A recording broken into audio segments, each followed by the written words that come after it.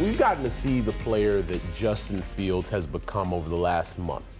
And a lot of that to his credit, because he was one of the worst quarterbacks in the NFL this season. But over the last month, he's kind of turned into the guy that many, I think Bears fans, but also people who thought he might have been the most talented quarterback in his draft class, including Trevor Lawrence. No doubt. Over the last 4 weeks, 64% completion rate, 8 touchdowns, just 2 interceptions. That's really big. 116 rushing yards a game. Now, he does have 5 fumbles in that time. He's recovered all of those, but you get a little loosey-goosey with the football when you're feeling good. Well, Andy's got drilled a few times. Yeah, and JP's, always talking about being able to take care of the ball. But you're seeing a guy who is special. And when you can see special out of your young quarterback, that makes you feel good about where you're going as an organization. The Chicago Bears aren't a good football team yet. But when you have a guy like Justin Fields that can increase the level of play of the players around him, you're seeing a guy like Cole Kmet starting to get into the action more. We know what Darnell Mooney has been able to do. You're going to get Chase Claypool more incorporated into this offense as the season goes along.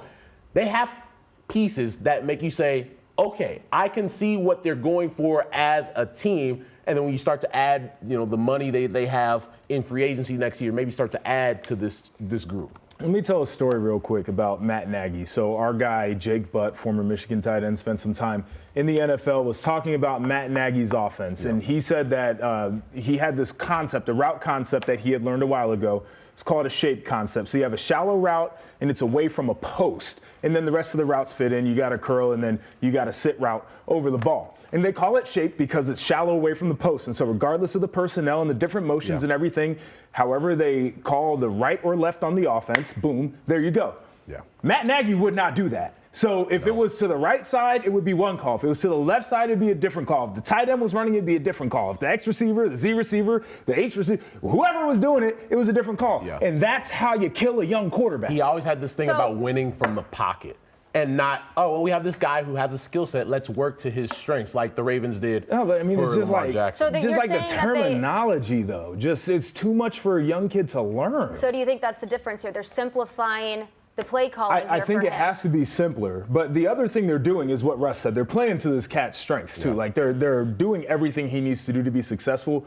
But I think a big part of this process is you have all those names for different concepts because you think you're the smartest guy in the room. Yeah. So you can't just have one name and then tag it with the left and the right and who's running which route and keep it simple. And when you get more skill positions around him, this will change. Like he's going to change who he is as a player and start throwing the ball more and winning from the pocket a little bit more. But because he can't block it right now, they got to do some different things.